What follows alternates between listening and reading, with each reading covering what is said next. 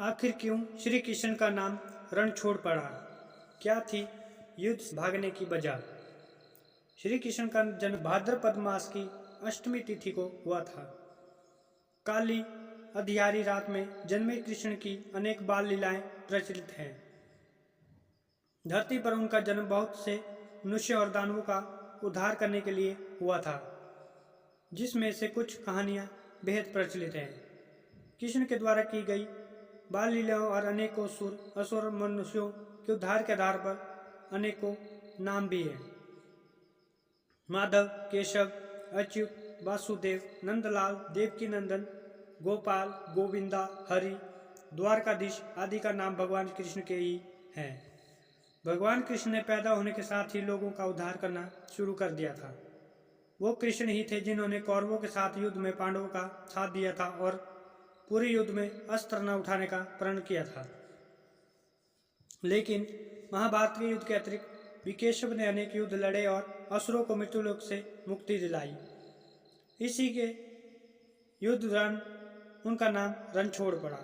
रण के मैदान से भागने की वजह से ही केशव को शत्रुओं ने रणछोड़ नाम दिया। लेकिन ऐसी क्या वजह थी जिसकी वजह से सर्वविदित अनंत देवादिदेव अपराजित अनिरुद्ध को युद्ध छोड़कर जाने की जरूरत पड़ गई?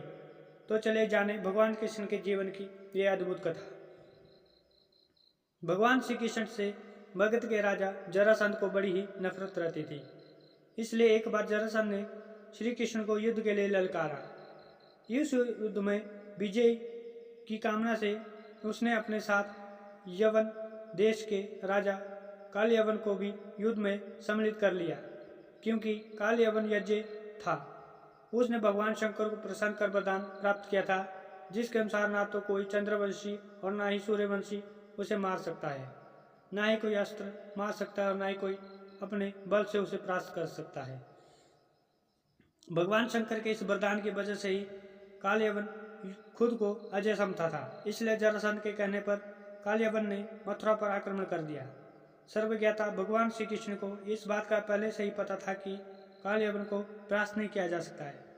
इसलिए उन्होंने लीला रची और युद्ध भूमि से भागे, जिसकी वजह से उनका नाम रणछोड़ पड़ा। युद्ध भूमि से भागकर श्री कृष्ण एक अंधेरी गुफा में पहुंचे, जहाँ पर पहले से ही इक्ष्वाकु वंश के राजा मंधाता के पुत्र और दक्षिण कौशल के राजा मुचकुंद गहरी निद्रा में सो रहे थे। दरअसल राजा मुचकुंद ने असुरों से युद्ध कर देवताओं को विजय दिलाई थी। लगातार कई दिनों तक युद्ध की वजह से बहुत थक गए थे, इसलिए देवराज इंद्र ने उनसे सोने का आग्रह किया और वरदान दिया कि कोई भी आपको निद्रा से जगाएगा तो वो जलकर भस्म हो जाएगा। श्री कृष्ण ने लीला स्वरूप उसी गुफा में प्रवेश किया था जहाँ मुकुंद सोए थे। भगवान का पीछा करते हुए जब कालयवन उस गुफा में पहुंचा तो श्री कृष्ण ने उसे भ्रमित करने के लिए अपना पीताम्बर राजा मुचकुंद के ऊपर डाल दिया। अंधेरी गुफा में कालयवन को लगा कि श्री कृष्ण गुफा में छिपकर सो रहे हैं, इसलिए उसने राजा मुचकुंद को श्री कृष्ण समझकर जगा दिया। राजा मुचकुंद के जगते ही कालयवन भस्म हो गया। भगवान श्री कृष्ण ने पूरे जीवन काल में तमाम लीलाएं की और लोगों का उद्धार किया। यह लीला भी इसी में से एक है, जिसके बाद उनका नाम रणछोड़ पड़ा। महाभारत में अर्जुन को श्रीमद् भागवत का उपदेश देते समय भगवान श्री कृष्ण ने कहा कि संसार में जो कुछ भी घटित होता है उसमें मेरी ही इच्छा शामिल होती है। आपको हमारी ये कहानी कैसी लगी कमेंट में ज़रूर बताएं और लाइक और सब्सक्राइब करना न भूलें। धन्यवाद।